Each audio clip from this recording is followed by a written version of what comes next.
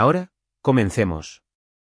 Marcos Estrada siempre había confiado en sus instintos, un rasgo perfeccionado a lo largo de 15 años como contador forense antes de dejar el mundo corporativo para enseñar matemáticas en la preparatoria. El aire de la tarde del martes era fresco cuando entró en la cochera de su casa. Era el tipo de tarde de octubre que lo hacía sentirse agradecido por la vida que había construido con Cristina y su hijo de 8 años, Damián. Notó que Carolina Huerta, su suegra, estaba subiendo bolsas negras de basura a su camioneta Mercedes estacionada al otro lado de la calle.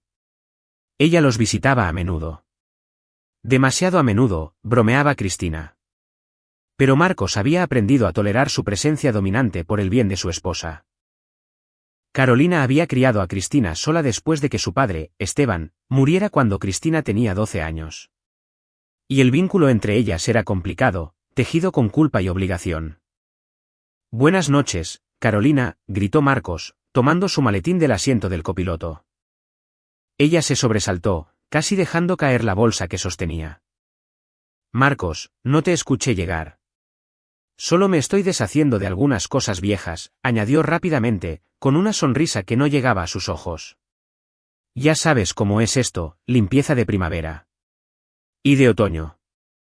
Marcos asintió, pero algo en su actitud se sentía extraño. Carolina solía ser compuesta, casi antinaturalmente, con su cabello plateado perfectamente peinado y ropa de diseñador que parecía fuera de lugar en su modesta colonia de clase media. Hoy, sin embargo, sus movimientos eran bruscos, apresurados.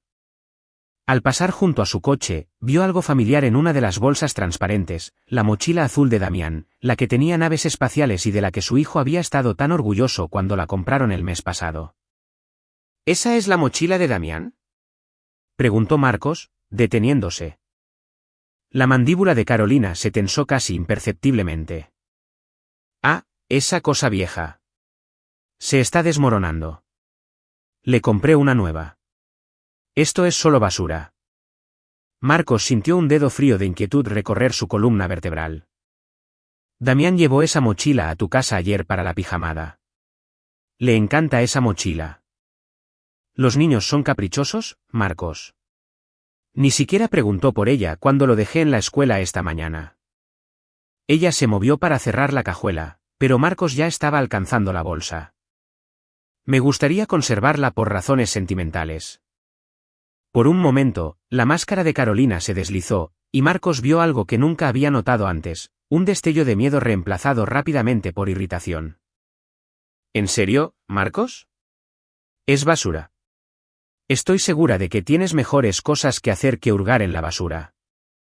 Pero Marcos ya había liberado la mochila. No se estaba desmoronando en absoluto. De hecho, se veía perfectamente bien, aunque un poco polvorienta. Gracias por pensar en él, pero nos la quedaremos. Los labios de Carolina se apretaron en una línea delgada. Por supuesto. Debo irme.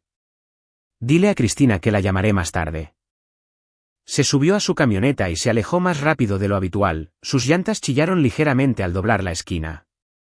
Marcos se quedó en la entrada sosteniendo la mochila, con sus instintos gritando que algo andaba muy mal. La abrió y encontró los lápices de colores de Damián, algunas hojas de tarea, y metida en el bolsillo delantero, una hoja de papel doblada cubierta con la cuidadosa letra de su hijo. La nota comenzaba: lo que descubrí en casa de la abuela es aterrador. Las manos de Marcos temblaban mientras leía. Las palabras estaban apresuradas, algunas mal escritas por el pánico de Damián. Papá, si encuentras esto. Traté de decirle a mamá, pero la abuela dijo que te haría daño si lo hacía. Hay gente en el sótano de la abuela. Viejitos. Se ven enfermos. Ella tiene cuartos con candados y cámaras. Escuché a una señora llorando y pidiendo irse a casa. La abuela me vio en las escaleras y se enojó mucho. Dijo que si le cuento a alguien, le pasarán cosas malas a nuestra familia. Me obligó a escribir cartas de las que tomó fotos. Cartas diciendo que soy feliz y que tú y mamá son malos conmigo. Papá, tengo miedo. La gente en el sótano se parece a las personas desaparecidas en las noticias. Por favor, ayúdalos. Por favor, ten cuidado. Te quiero. Marcos leyó la nota 3 veces, cada palabra grabándose en su cerebro. Su hijo, su valiente y aterrorizado hijo de 8 años, había tropezado con algo horrible y había sido amenazado para guardar silencio. La parte racional de su mente quería descartarlo como la imaginación hiperactiva de un niño, pero los detalles eran demasiado específicos, demasiado coherentes, y el comportamiento de Carolina acababa de confirmar sus peores temores. Sacó su celular, su pulgar flotando sobre el 911, luego se detuvo. Si llamaba ahora, ¿qué pasaría? Damián había mencionado cartas, probablemente evidencia falsificada contra él y Cristina. Carolina era rica, tenía conexiones y había cultivado una reputación como pilar de la comunidad a través de su trabajo caritativo con personas de la tercera edad. Servía en la junta del hospital, organizaba recaudaciones de fondos y tenía al jefe de policía en su fiesta anual de jardín. Si había estado operando algo tan oscuro justo bajo las narices de todos, tenía planes de contingencia. Ya había amenazado a su hijo. Marcos necesitaba ser inteligente al respecto. Entró y encontró a Cristina en la cocina preparando la cena. Ella levantó la vista con una sonrisa que se desvaneció al ver su expresión. ¿Qué pasa? ¿Dónde está Damián? En su cuarto haciendo la tarea. Marcos, me estás asustando. ¿Qué pasó? Él le mostró la nota. El rostro de Cristina se puso blanco mientras leía, su mano voló a su boca. Esto no puede ser real. Mi madre no haría eso. Ella no podría. Chris, él escribió esto. Mira la letra. Mira los detalles. Pero es mi madre. Ella dirige la Fundación Edad de Plata. Ayuda a personas mayores que no tienen a nadie más. ¿Lo hace? Preguntó Marcos en voz baja. ¿Cuándo fue la última vez que visitaste realmente una de sus instalaciones? ¿Que viste a las personas a las que supuestamente ayuda? Cristina se hundió en una silla, con lágrimas corriendo por su rostro. ¡Ay Dios! ¿Qué hacemos? Marcos se arrodilló a su lado, tomando sus manos. Protegemos a nuestro hijo y la detenemos, pero tenemos que ser cuidadosos. Ella ya llegó a Damián, lo amenazó, lo hizo escribir esas cartas. Si vamos a la policía ahora con solo esta nota, es la palabra de un niño contra la de ella. Destruirá esas cartas y cualquier evidencia, y luego vendrá por nosotros. Entonces, ¿qué hacemos? La mente de Marcos ya estaba trabajando, cayendo en los patrones que desarrolló durante sus años investigando fraudes corporativos. Investigamos, reunimos pruebas y la derribamos de una manera de la que no pueda escapar. Durante los siguientes 3 días, Marcos apenas durmió. Se reportó enfermo en el trabajo y pasó su tiempo escarbando en la vida de Carolina Huerta con la precisión metódica que alguna vez lo había convertido en uno de los mejores contadores forenses de la ciudad. Lo que encontró hizo que se le helara la sangre. La Fundación Edad de Plata estaba registrada como una organización sin fines de lucro que supuestamente brindaba atención domiciliaria y vivienda temporal para personas mayores en crisis. Los registros financieros públicos de Carolina mostraban donaciones modestas y gastos razonables. Pero Marcos sabía cómo mirar más profundo. Usando técnicas que había aprendido rastreando operaciones de lavado de dinero, encontró las brechas. Propiedades compradas a través de empresas fantasma, todas vinculadas a Carolina a través de un laberinto de sociedades anónimas y fideicomisos. Al menos 6 casas en la ciudad, todas registradas a diferentes entidades, todas conectadas a ella. La lista de clientes de la fundación era cuidadosamente vaga. Sin nombres, sin direcciones de las personas que decía ayudar, solo números agregados que se veían bien en papel, pero no significaban nada en la práctica. Cruzó referencias con informes de personas desaparecidas en el área. En los últimos 3 años, 17 ancianos habían sido reportados como desaparecidos por vecinos preocupados o parientes lejanos. Todos habían estado distanciados de sus familias. Todos tenían algún tipo de demencia y todos tenían ahorros o propiedades modestas. Los casos se habían enfriado, descartados como personas vulnerables que se alejaron o decidieron desaparecer. Marcos imprimió todo, guardó copias en 3 lugares diferentes, incluyendo una caja de seguridad que abrió bajo el apellido de soltera de su madre. Fotografió la nota que Damián había escrito y aseguró la original en la caja también. Al 4º día, se reunió con alguien de su pasado, Felipe Pipo Sánchez, un exagente federal que había trabajado en varios casos con Marcos durante sus días de investigación corporativa. Se encontraron en una fonda a 40 minutos de la ciudad, lejos de donde Carolina pudiera tener ojos. Felipe tenía unos 50 años ahora, retirado anticipadamente después de que una bala en el hombro terminara su carrera de campo, y trabajaba como investigador privado especializado en casos de abuso de ancianos. Recibí tu correo, dijo Felipe mientras se deslizaba en la mesa frente a Marcos.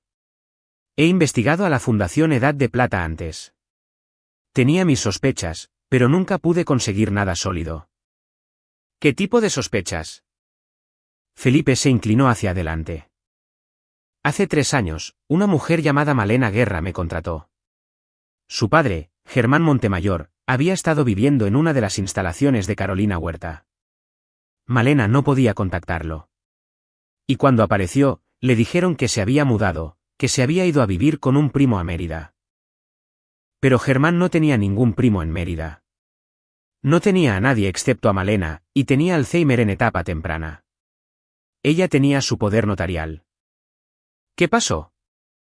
Malena presionó, amenazó con acciones legales.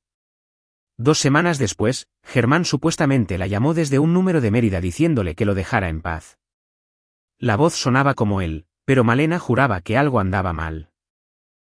Luego recibió una carta de un abogado en Yucatán diciendo que Germán había cambiado su testamento, dejándole todo a un cuidador que lo había ayudado. Malena peleó, pero la documentación era hermética. La firma de Germán, notariada, todo completo. ¿Crees que fue falsificada? Sé que fue falsificada, pero no pude probarlo. Y luego la casa de Malena se incendió. Falla eléctrica. Los investigadores dijeron que apenas logró salir. Después de eso, dejó el caso, tomó el poco dinero del seguro que obtuvo y se mudó a Canadá. Marcos sintió náuseas. Carolina la amenazó. O peor. La cosa es, Marcos, he rastreado patrones similares. Ancianos aislados, activos modestos, todos conectados a la red de Carolina. Desaparecen del sistema. Sus activos se transfieren y nunca se les vuelve a ver. Pero nunca pude entrar, nunca pude obtener pruebas. Ella está protegida. El jefe de policía, el juez Claudio Campos, la mitad del consejo municipal. Todos apoyan su fundación. Ella arroja dinero a las campañas correctas, organiza las fiestas correctas. Mi hijo encontró algo, dijo Marcos en voz baja. Vio gente en su sótano. Escribió una nota diciendo que se parecían a las personas desaparecidas en las noticias. La expresión de Felipe se endureció. Dios mío, Marcos. Si ella sabe que tu hijo vio algo, ella lo sabe. Lo amenazó. Lo hizo escribir cartas implicándonos a mí y a mi esposa. Probablemente un seguro en caso de que hablemos. Necesitas sacar a tu familia de aquí. Ahora. Huir no salvará a esas personas en su sótano. Y no evitará que venga por nosotros eventualmente. Felipe lo estudió por un largo momento. ¿Qué estás pensando? Estoy pensando que necesito hacer lo que la ley no puede.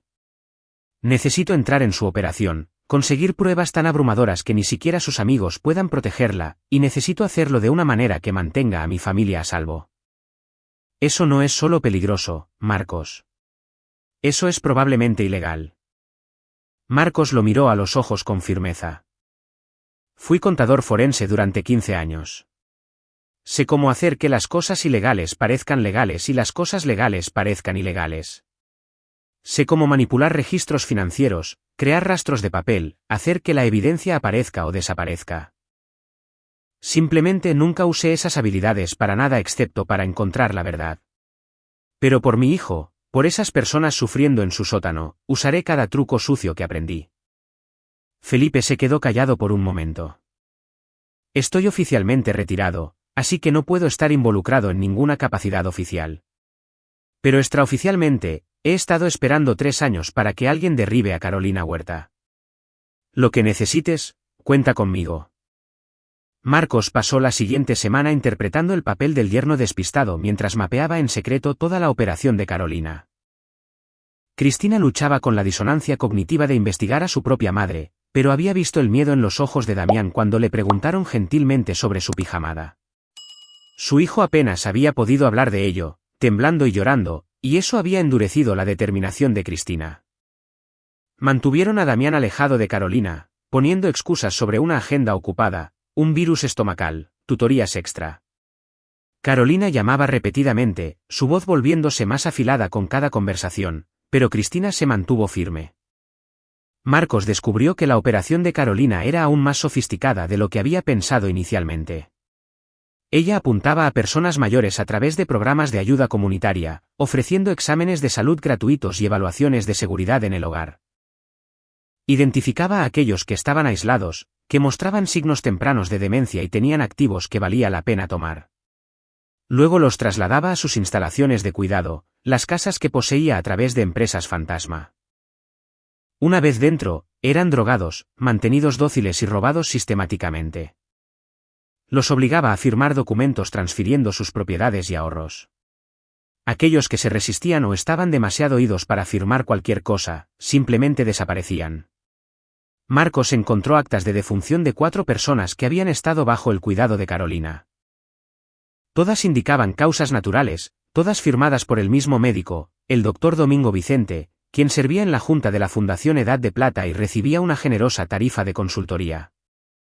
Pero las personas que Damián había visto en el sótano no estaban en ningún registro oficial. Eran fantasmas. Personas que Carolina mantenía vivas por alguna razón que Marcos aún no había determinado. El gran avance llegó cuando Felipe hackeó el correo electrónico de Carolina. No admisible en la corte, pero útil para inteligencia. Encontraron correspondencia con un hombre llamado Beto Valdés, quien dirigía una operación similar en Baja California. Los correos eran cuidadosamente redactados, pero lo suficientemente claros para cualquiera que leyera entre líneas. Carolina y Beto eran parte de una red más grande, múltiples personas en diferentes estados ejecutando estafas coordinadas dirigidas a los ancianos. Y había algo más, correos sobre nuevas oportunidades y prospectos más jóvenes. Estaban planeando expandirse para atacar a niños de hogares de acogida y familias rotas, niños que no serían extrañados. Marcos sintió una rabia diferente a todo lo que había experimentado.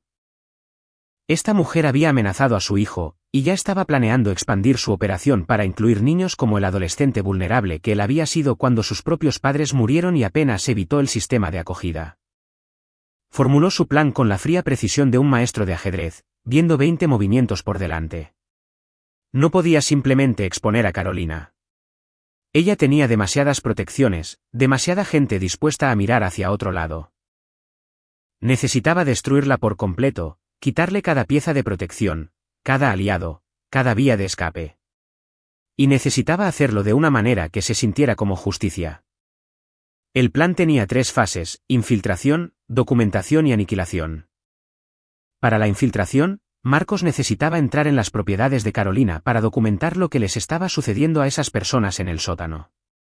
Para la documentación, necesitaba pruebas tan abrumadoras que ni siquiera los funcionarios corruptos pudieran ignorarlas. Y para la aniquilación, necesitaba volver los propios sistemas de Carolina en su contra para hacer su caída pública e irreversible. Felipe trajo a 2 personas de su confianza. Lalo Valdés, un exdetective de policía que había sido expulsado por negarse a jugar a la política, y Melodía Melo Quiñones, una periodista de investigación que había ganado premios por exponer la corrupción. Pero había sido incluida en la lista negra de las principales publicaciones por pisar demasiados callos poderosos. Se reunieron en el sótano de Marcos, rodeados de documentos, fotografías y computadoras portátiles. Esto es ambicioso, dijo Lalo, estudiando el plan que Marcos había esbozado. Y legalmente cuestionable de unas 17 maneras diferentes. Lo sé, respondió Marcos. Por eso necesito gente que no tenga miedo de borrar algunas líneas. Melo levantó la vista de su computadora portátil. He estado investigando a Carolina Huerta durante 2 años, desde que una fuente me dio un aviso sobre su fundación. Cada vez que me acercaba, la historia era eliminada.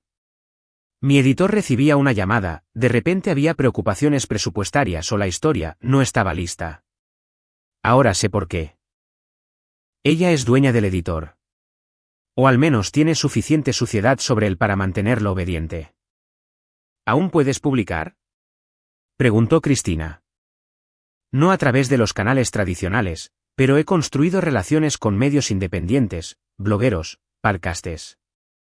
Si conseguimos las pruebas, puedo hacer que se vuelva viral antes de que alguien pueda detenerlo. Marcos asintió. Felipe, necesito que sigas rastreando a Beto Valdés y a los demás en la red. Si vamos a derribar a Carolina, bien podríamos colapsar toda la operación. Lalo, necesito que identifiques qué policías y funcionarios son realmente corruptos versus cuáles son simplemente ignorantes. Necesitaremos al menos algunas personas en el sistema que actúen cuando presentemos pruebas. ¿Y tú? Preguntó Lalo. Yo voy a entrar. Cristina le agarró la mano. Marcos, no. Si ella se entera. No lo hará. No hasta que sea demasiado tarde. Se volvió hacia el grupo. Carolina cree que es intocable. Se ha salido con la suya durante años porque es inteligente, cuidadosa y está protegida. Pero tiene una debilidad, es arrogante. Cree que todos a su alrededor son demasiado estúpidos o demasiado asustados para desafiarla. Vamos a usar eso. Durante las siguientes 2 semanas, Marcos ejecutó la primera fase de su plan. Creó una identidad falsa, Martín Estrada, un primo lejano lidiando con el cuidado de su anciana madre. Había usado sus habilidades para construir un rastro de papel convincente, registros médicos que mostraban demencia temprana, estados financieros que mostraban activos modestos, incluso una presencia en redes sociales cuidadosamente manipulada. Se acercó a la fundación de Carolina, explicando que estaba abrumado y había escuchado cosas maravillosas sobre sus servicios. La consejera de ingreso, una joven nerviosa llamada Jimena Samaniego, parecía genuinamente amable, lo que hizo que Marcos sospechara que ella no sabía lo que realmente estaba sucediendo. La señora Huerta revisa personalmente todos nuestros casos, explicó Jimena. Quiere asegurarse de que seamos la opción adecuada para las necesidades de su madre. La reunión con Carolina fue programada para un jueves por la tarde en su oficina principal, una casona renovada en el distrito histórico.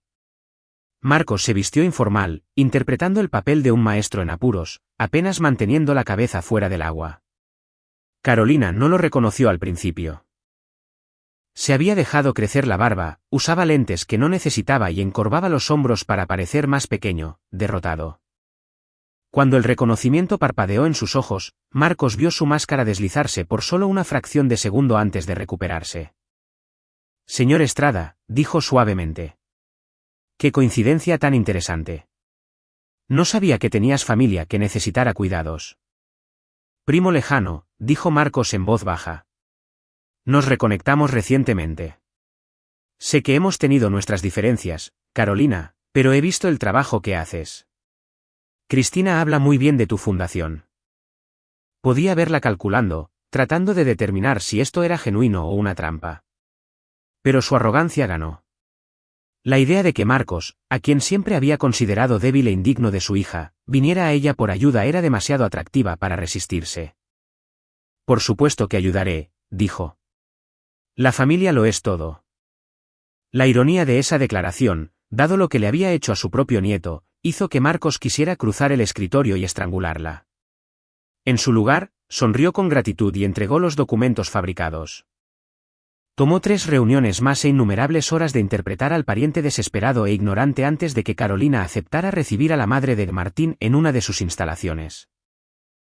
Marcos en realidad había contratado a una actriz, Elena Barrios, una artista de teatro retirada con la que Felipe había trabajado antes para interpretar el papel. Elena era brillante. Retrataba las etapas tempranas de la demencia con una precisión desgarradora, confundida, pero aún lo suficientemente lúcida para parecer manejable. Los ojos de Carolina se iluminaron cuando revisó los registros financieros de Elena, la cuenta de ahorros modesta, la casa pequeña, la póliza de seguro de vida. No lo suficiente para atraer gran atención, pero suficiente para que valiera la pena el esfuerzo. Tenemos una instalación encantadora que sería perfecta, dijo Carolina. Pequeña, íntima, con atención las 24 horas. Supervisaré personalmente su transición. La instalación era una de las casas que Marcos había identificado, una casa estilo colonial de 2 pisos en una colonia tranquila. Elena se mudó un lunes llevando una cámara oculta disfrazada de botón de alerta médica y un rastreador GPS cosido en su ropa. Durante la primera semana, todo pareció normal. A Elena le dieron una habitación agradable, comidas regulares, atención amable del personal, en su mayoría jóvenes que parecían bien intencionados, pero cuidadosamente gestionados por los matones de Carolina. Marcos monitoreaba todo a través de la transmisión de la cámara, que Felipe había configurado para subir directamente a un servidor seguro. Entonces, el día 8, todo cambió. Elena fue trasladada a una habitación diferente en medio de la noche. Esta estaba en el sótano. La cámara captó vislumbres de otras habitaciones. Otras personas exactamente como Damián había descrito, ancianos en varios estados de confusión y angustia, encerrados detrás de puertas, monitoreados por cámaras. Marcos observó cómo aparecía la misma Carolina, acompañada por un hombre grande que Marcos reconoció como Miguel Bautista, un enfermero que había sido despedido de 3 hospitales diferentes por conducta cuestionable. «Has sido muy cooperativa», le dijo Carolina a Elena, con voz fría y profesional. «Mañana firmarás algunos documentos, solo formalidades, transfiriendo tus activos a un fideicomiso que asegurará tu cuidado a largo plazo. Nada de qué preocuparse». Elena, interpretando su papel perfectamente, parecía confundida. «Pero mi hijo, Martín, debería verlos primero». La sonrisa de Carolina no llegó a sus ojos. «Martín entiende. Él quiere lo mejor para ti, y lo mejor es que estés segura aquí, cuidada, sin cargas ni preocupaciones». Al día siguiente, le llevaron los documentos a Elena. Marcos grabó todo mientras le daban sedantes, apenas consciente mientras guiaban su mano para firmar papeles que vaciarían sus cuentas falsas y transferirían su propiedad ficticia. Pero Marcos tenía lo que necesitaba, evidencia en vídeo de Carolina supervisando personalmente la administración de drogas y la coerción de una persona vulnerable. Era solo el comienzo. Durante las siguientes 2 semanas, la cámara oculta capturó evidencia horrible. Ancianos siendo medicados a la fuerza, sus pertenencias vendidas, a sus familias diciéndoles que se habían mudado o no querían contacto. Marcos vio al doctor Domingo Vicente haciendo sus rondas, firmando registros médicos que eran pura ficción. Vio a Carolina reuniéndose con Beto Valdés y otros discutiendo su inventario y rendimientos como si fueran productos, no seres humanos. Y vio el sótano donde había estado Damián. La sección especial donde Carolina mantenía a personas que aún eran útiles, pero no podían ser procesadas normalmente. Personas cuyas familias aún las buscaban, cuyas desapariciones habían salido en las noticias. Los mantenía drogados y ocultos, esperando hasta que la atención disminuyera antes de hacerlos desaparecer permanentemente. Marcos recopiló todo. Construyendo un caso tan completo que ni siquiera los protectores de Carolina podrían ignorarlo. Pero sabía que la evidencia por sí sola podría no ser suficiente. Necesitaba quitarle su protección primero. Ahí es donde entraron sus habilidades de contabilidad forense. Marcos siempre había sido mejor para seguir el dinero de lo que la mayoría de la gente se daba cuenta. Había construido su carrera encontrando cuentas ocultas, empresas fantasma y contabilidad creativa que oscurecía la verdad. Ahora usaba esas habilidades a la inversa. Hackeó los sistemas financieros de Carolina, no directamente, lo que dejaría rastros, sino a través de una serie de ataques proxy que Felipe ayudó a orquestar. Una vez dentro, no solo copió la evidencia de sus crímenes. Creó nueva evidencia, documentos falsificados que mostraban que Carolina había estado malversando fondos de su propia fundación y pagando sobornos a funcionarios. Pero aquí estaba la genialidad, no lo hizo obvio. La malversación estaba enterrada en informes de gastos de apariencia realista, los sobornos ocultos en tarifas de consultoría y donaciones caritativas que podían rastrearse hasta empresas fantasma propiedad del juez Campos, el jefe de policía Esteban Obregón y el concejal Juan Monroy. Todas personas que protegían a Carolina. Entonces Marcos hizo algo aún más audaz. Creó evidencia que sugería que Carolina estaba a punto de voltearse, de entregar a sus protectores a cambio de una sentencia más ligera. Correos electrónicos falsos a fiscales, borradores de acuerdos de inmunidad, grabaciones de conversaciones que nunca sucedieron pero sonaban totalmente plausibles. Filtró estos documentos fabricados a través de canales anónimos a las mismas personas en las que Carolina confiaba para su protección. Dejó que pensaran que ella estaba a punto de traicionarlos. Dejó que se volvieran contra ella antes de que ella pudiera volverse contra ellos. El plan era arriesgado, éticamente cuestionable y probablemente ilegal. Pero a Marcos hacía tiempo que habían dejado de importarle las reglas. Las reglas no habían protegido a esas personas en el sótano de Carolina. Las reglas no habían protegido a su hijo de ser traumatizado y amenazado. Las reglas solo protegían a gente como Carolina. Así que Marcos hizo sus propias reglas. Las fichas de dominó comenzaron a caer un miércoles por la mañana, 3 semanas después de que Elena hubiera sido colocada en las instalaciones de Carolina. El jefe de policía Obregón, convencido de que Carolina estaba a punto de implicarlo en sobornos, lanzó preventivamente una investigación sobre la Fundación Edad de Plata, tratando de distanciarse de ella antes de que pudiera arrastrarlo. El juez Campos, igualmente convencido de la inminente traición de Carolina, comenzó a revisar silenciosamente los casos que involucraban a su fundación, buscando motivos para afirmar que había sido engañado. Los miembros del Consejo Municipal que la habían apoyado de repente tuvieron conflictos de agenda y no pudieron asistir a sus recaudaciones de fondos. La protección de Carolina se evaporó de la noche a la mañana, y ella ni siquiera entendía por qué.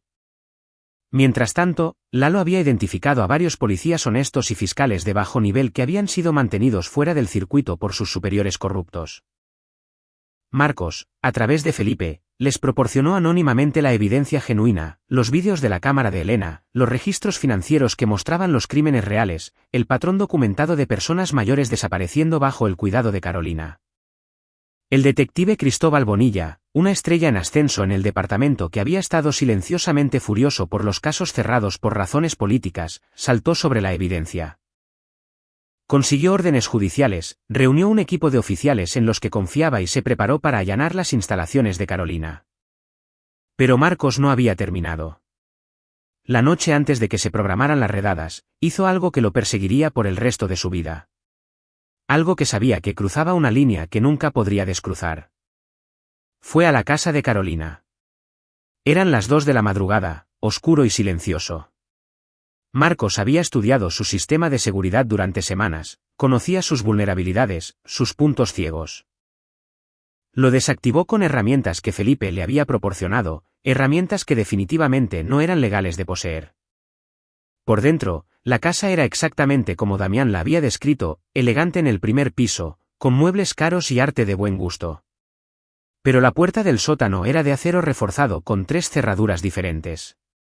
Marcos las forzó, otra habilidad que había aprendido de Felipe. El sótano estaba climatizado, dividido en varias habitaciones. Las primeras contenían almacenamiento, pero al fondo, detrás de otra puerta cerrada, los encontró. 6 personas, ancianas y confundidas, en varios estados de consciencia. Algunos dormían, otros miraban fijamente a las paredes.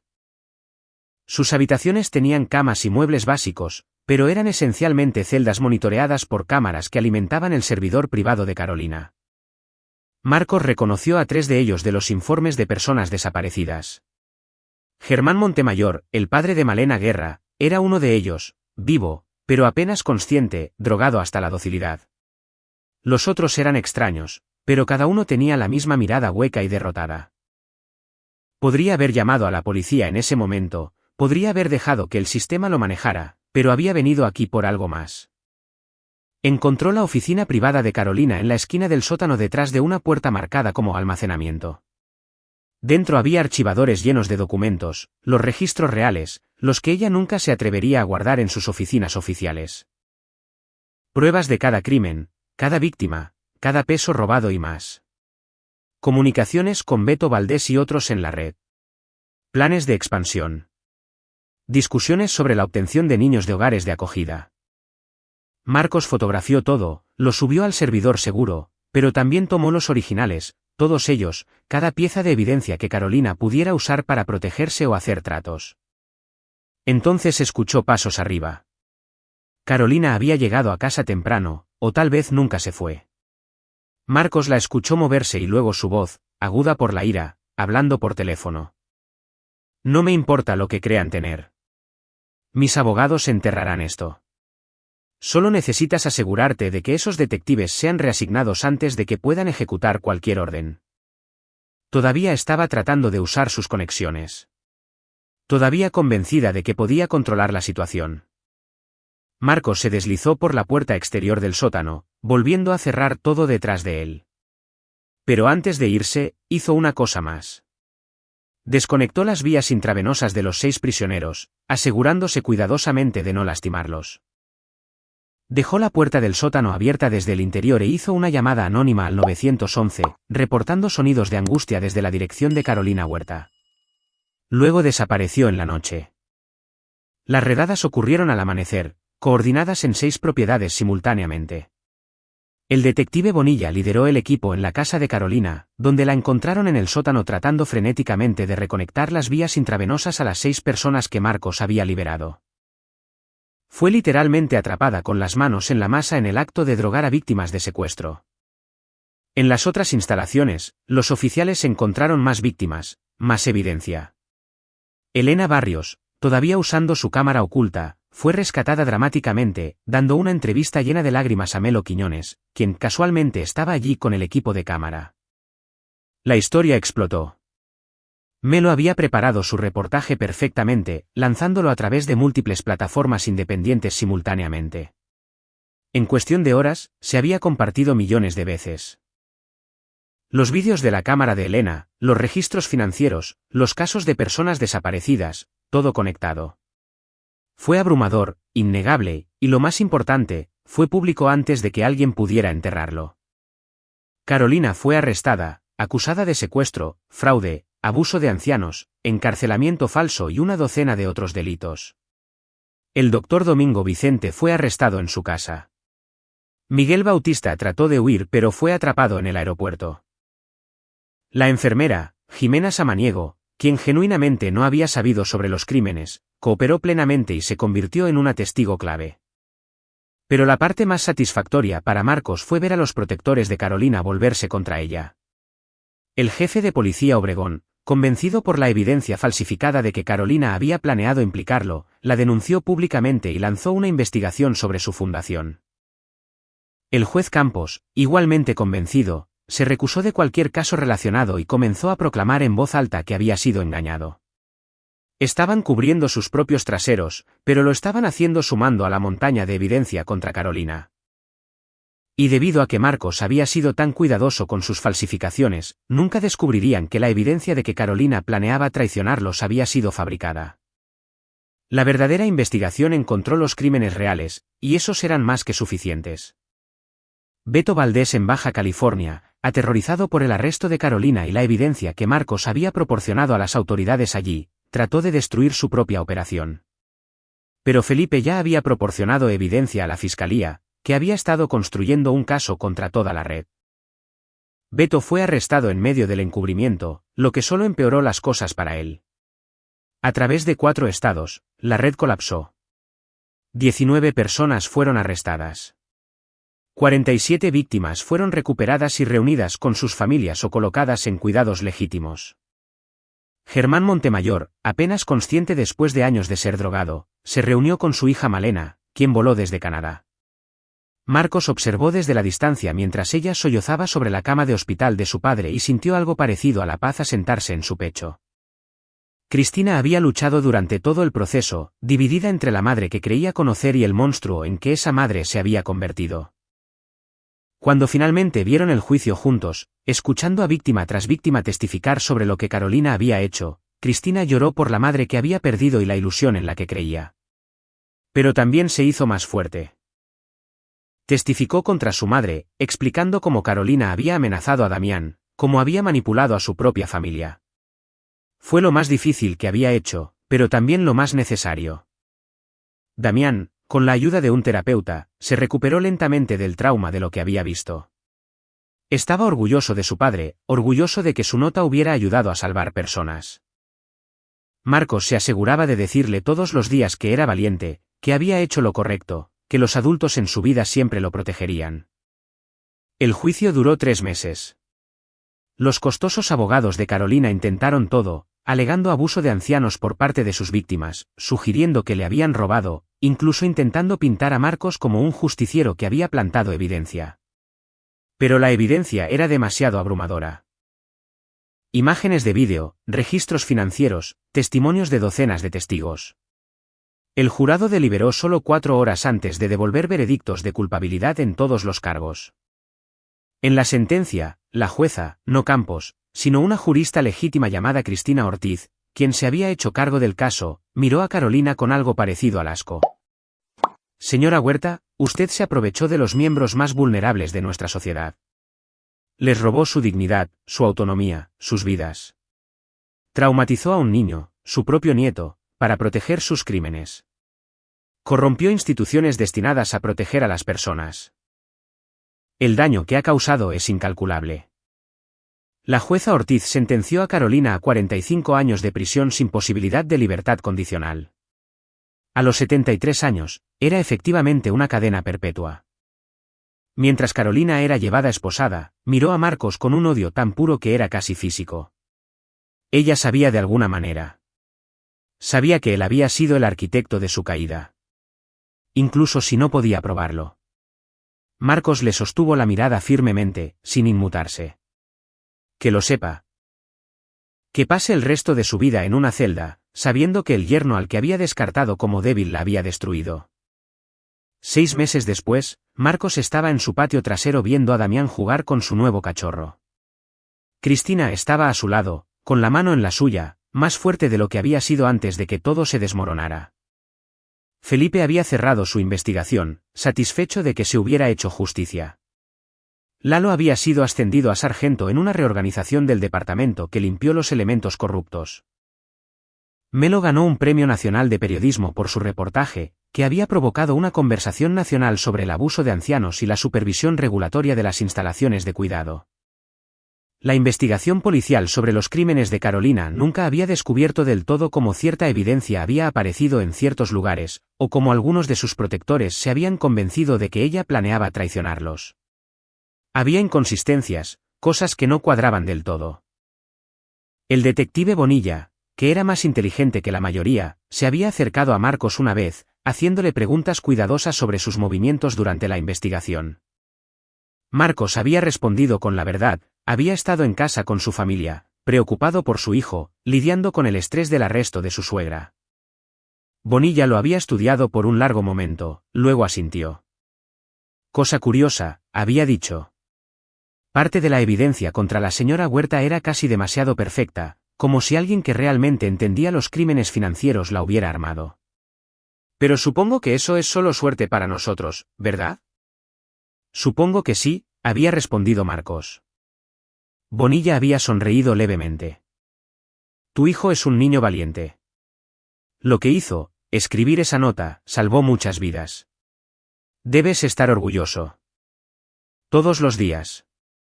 A veces, había dicho Bonilla con cuidado, la justicia necesita un poco de ayuda. El sistema no siempre funciona como debería. La gente se cuela por las grietas, se protege con riqueza o conexiones. A veces alguien tiene que dar un paso al frente y asegurarse de que suceda lo correcto.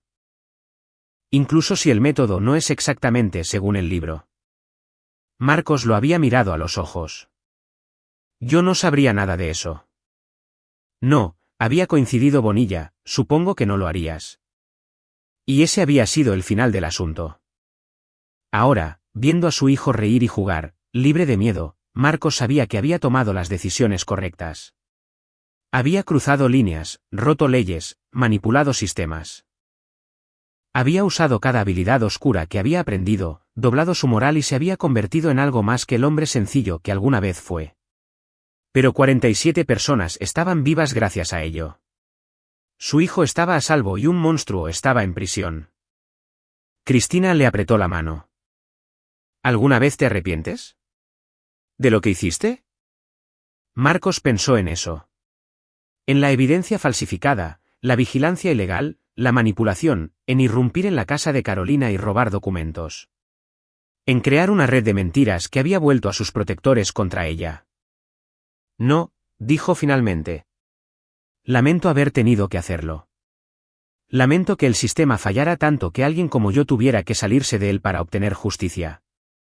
¿Pero el hecho de hacerlo? No. Lo haría de nuevo en un instante. Ella sabe que fuiste tú, dijo Cristina en voz baja.